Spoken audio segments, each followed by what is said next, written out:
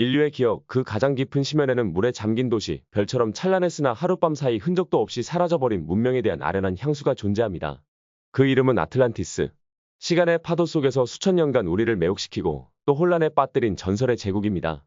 이것은 단순히 낡은 신화에 대한 이야기가 아닙니다. 잃어버린 낙원을 향한 인류의 영원한 갈망, 그리고 역사와 상상력의 경계에서 펼쳐지는 장대한 탐사의 기록입니다. 오늘 우리는 흩어진 파편들을 모아 전설의 대륙 아틀란티스의 모습을 복원해보고자 합니다.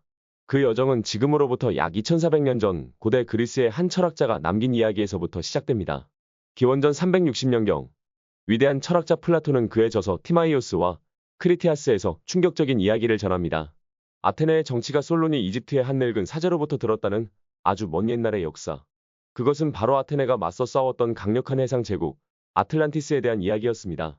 플라톤이 묘사한 아틀란티스는 우리의 상상을 초월하는 이상향이었습니다. 헤라클레스의 기둥, 오늘날의 지브롤터 해협 너머 대서양 한가운데에 자리 잡은 거대한 섬. 그곳은 바다의 신 포세이돈이 자신의 아들들을 위해 세운 나라였습니다. 플라톤의 기록은 놀라울 정도로 상세합니다. 아틀란티스는 여러 개의 동심원 형태의 육지와 수로로 이루어진 독특한 구조를 가지고 있었습니다. 가장 중앙에는 포세이돈과 그의 아내 클레이토를 모신 신전이 황금으로 빛났고 그 주변으로 왕궁과 귀족들의 거주지가 자리했습니다. 섬은 온갖 귀한 자원으로 가득했습니다. 지금은 이름만 남은 신비의 금속 오리칼쿰이 불처럼 빛을 발하며 벽을 장식했고 풍요로운 평야에서는 1년에 2번 수확이 이루어졌습니다. 코끼리를 비롯한 다양한 동물들이 섬을 뛰놀았고 기술은 고도로 발달하여 강력한 군대를 유지했습니다. 그들의 함대는 지중해를 넘어 이집트와 티레니아 연안까지 지배할 정도로 막강했습니다. 질서와 번영, 신의 축복을 받은 문명. 그것이 아틀란티스의 첫 모습이었습니다. 하지만 영원할 것 같던 번영은 서서히 그림자에 잠식당합니다. 플라톤은 이야기합니다. 포세이돈의 신성한 피가 흐려지면서 아틀란티스인들은 점차 겸손과 미덕을 잃고 탐욕과 오만함에 빠져들었다고. 그들은 만족을 모르는 정복욕에 불타 세계를 자신들의 발 아래 두려는 야심을 품게 됩니다. 그리고 마침내 그들의 오만함은 신들의 분노를 사게 됩니다. 끔찍한 지진과 홍수가 단 한 번의 낮과 밤 사이에 일어나 아틀란티스 섬은 바닷속으로 사라져버렸다.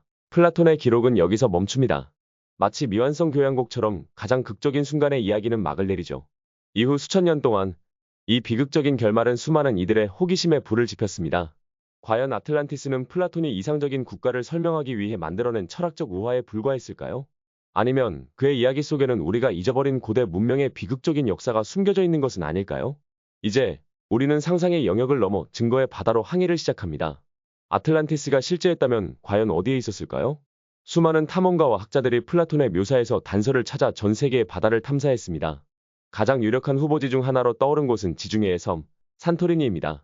에게의 남쪽에 위치한 이 아름다운 섬은 사실 기원전 1600년경 인류 역사상 가장 거대한 화산 폭발 중 하나를 겪었습니다. 이 폭발로 섬의 중앙부가 함몰하며 거대한 칼데라호를 형성했고 이는 강력한 지진과 쓰나미를 동반했습니다. 흥미롭게도 이 시기 산토리니 섬과 인근 크레타 섬에서는 찬란한 해상 문명, 미노아 문명이 번성하고 있었습니다. 미노아 문명은 놀랍도록 정교한 건축 기술과 예술, 그리고 강력한 해군력을 자랑했습니다.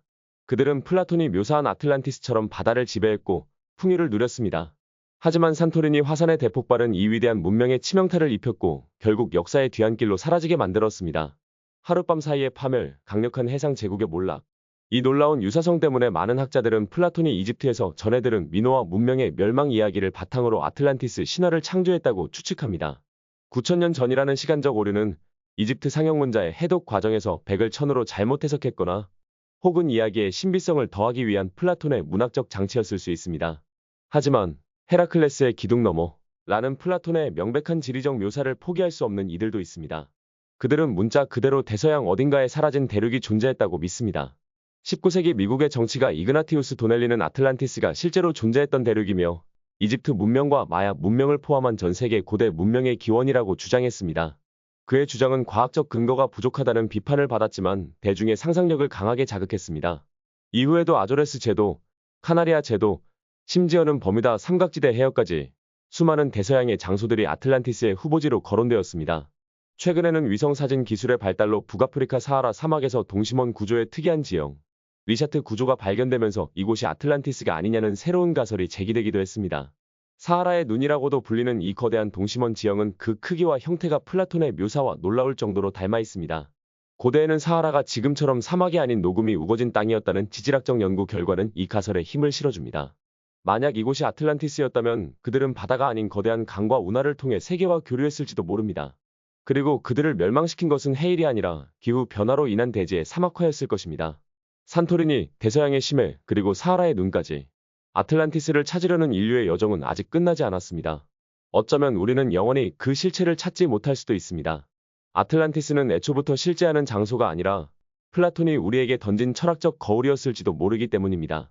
강력한 힘과 그리고 눈부신 기술을 가졌지만 스스로의 오만과 탐욕으로 파멸에 이른 문명. 플라톤은 아틀란티스의 이야기를 통해 우리에게 경고하고 있는 것은 아닐까요? 인간의 욕망이 미덕을 넘어설 때 가장 찬란한 문명조차 한순간에 무너져 내릴 수 있다는 것을 말입니다.